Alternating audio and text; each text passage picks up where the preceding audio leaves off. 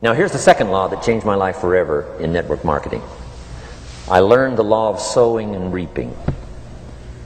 And in the law of sowing and reaping is also the story of the law of averages. Jot this down. The story of the sower comes from the Bible. I'm an amateur on the Bible, but this is such a useful story. Here's what the story says. And take the notes because the drama's in the details. The sower was ambitious. Evidently he was ambitious. When you read the whole story, you'll conclude, yes, this was an ambitious sower. Here was number two. He had excellent seed. The sower who sowed the seed had excellent seed. And the excellent seed could be an excellent opportunity, an excellent product, an excellent story. So we've got an ambitious sower with excellent seed. But now here's the rest of the details of the story. For your information, for the drama of your life, so you can understand things better. Learning some of this is how I got rich by age 31. Okay. Number one, it says the sower goes out to sow the seed, but the first part of the seed falls by the wayside and the birds get it. So jot this down. The birds are going to get some of the seed. The birds are going to get some of the seed. Now you say, well, Mr. Arnold, what does that mean? Well, I invite John to come to a meeting. He said he'd be there Tuesday night. Tuesday night I show up, John isn't there. I say, John, I wonder why John didn't make it. Now I know the answer. The birds. The birds. John had this great idea of coming to the meeting to look at an opportunity, and somebody stole it and said, you're not going to go see network marketing. And he says, well, maybe not. So have you jotted that down now? The birds are going to get some. Now when the birds get some, you've got two options. Number one is to chase birds.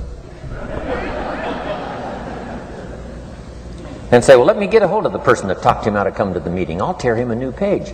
But I wouldn't do this. Here's what happens if you go chasing birds. You leave the field. If you go chasing birds now, you leave the field, which is going to distract from your future, not add. So you can't chase birds and try to straighten this stuff out. Here's what it is. It's just one of those things. And here's the best comment when things are a little disappointing. Isn't that interesting? You just have to say, I thought sure he would be there. He promised me. He promised me. But I know it was the birds. And you just have to say, isn't that interesting? Now, here's the rest of the story. It says, the sower kept on sowing. See, that was the secret to his success. He kept on sowing. And if you keep sowing, you can sow more than the birds can get because there aren't enough birds. If you keep sowing, there are some birds, but there's not enough. Because the law of averages will work for you. My mentor taught me, he said, you know, Mr. Owen, there's only 9 or 10 real nasty, miserable people in the whole world. Now he says they move around a lot, you know, and you're liable to... You'll bump into one once in a while. But when you bump into one, you say, there's only 9 more like you. I can handle that in the whole world. Okay. Now here's what else it says. The sower now keeps sowing the seed. Now the seed falls, the story says, on rocky ground where the soil is shallow. And the rocky ground where the soil is shallow is not of your making. Because you had excellent seed and you were an ambitious sower. So the rocky ground where the soil is shallow is not of your making. But here's what it says what happened. This time, the little seed that falls in the ground starts to grow. And the little plant starts to grow. But the first hot day, it withers and dies. It dies. Not an easy thing to watch. I finally get John started. Sure enough, 3 or 4 days later, somebody says, boo! And he goes...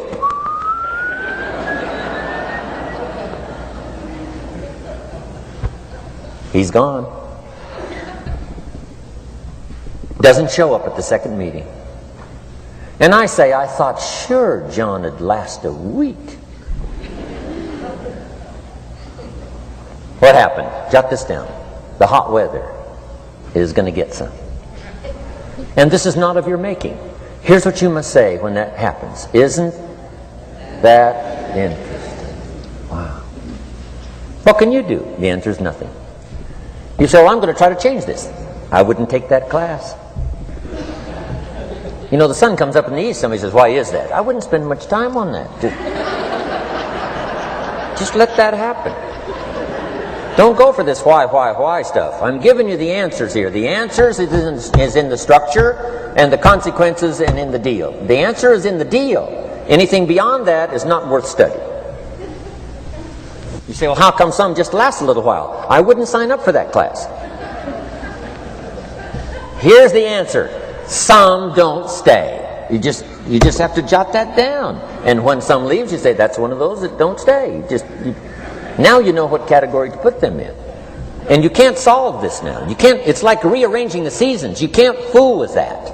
All you can do is cooperate with the way things are set up. I didn't set it up. You say, well, it shouldn't be this way. Well, when you get your own planet, you can rearrange this whole deal.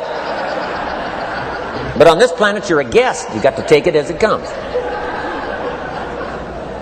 Now, here was the secret to the ambitious sower with good seed. It said he kept on sowing. Now, here's what he had to do to keep on sowing. He had to discipline his disappointment. This is a key phrase now to use the rest of your life. You must learn to discipline your disappointment, because you didn't set up the setup, and some are not going to stay, and that is not of your making. Now, if you made gross errors and you ran them off, see, that'd be different. Now, you're responsible for that. But if it's in the normal course of things, this is the way things are. Now, here's what it says. The sower keeps on sowing. Now it says the seed falls on thorny ground. And somebody says, well, how much of this do you have to go through? Well, hang on. It's not the end of the story now. Now the little seed falls on thorny ground. And now the little plant starts to grow again. But as the little plant starts to grow, the thorns choke it to death. And it dies.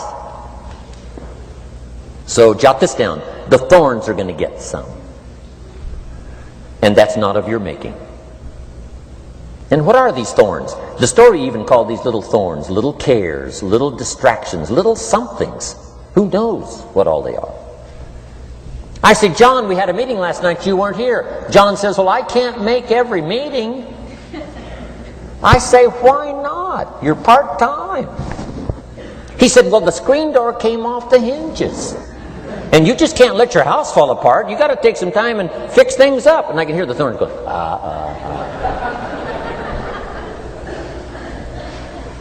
He says some extra trash had piled up in the garage. You can't let mountains of trash take over. You got to keep your trash hauled out.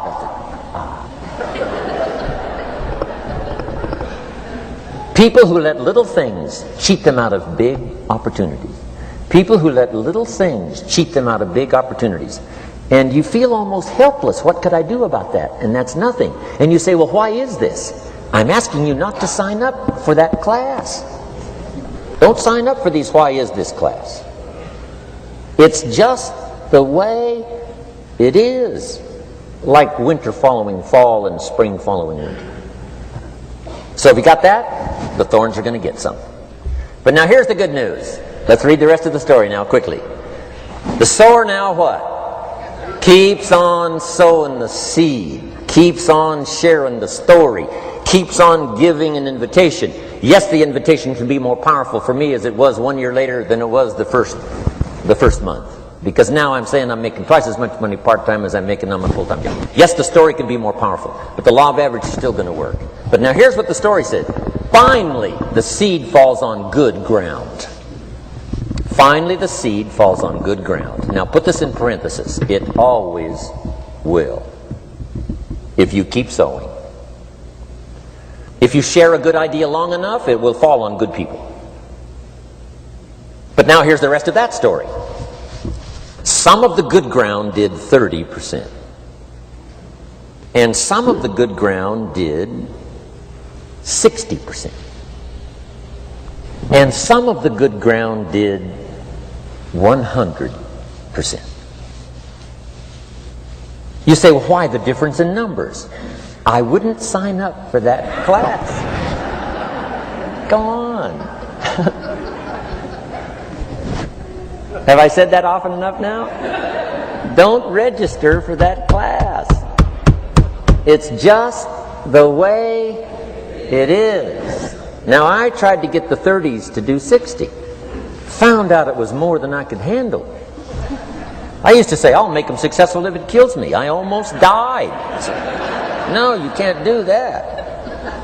Here's what you do. Let the 30s do 30 to the best of their ability and keep doing 30, because that's how they build their lifestyle and get what they want out of life. And let the 60s do 60, and let the 100s do 100s.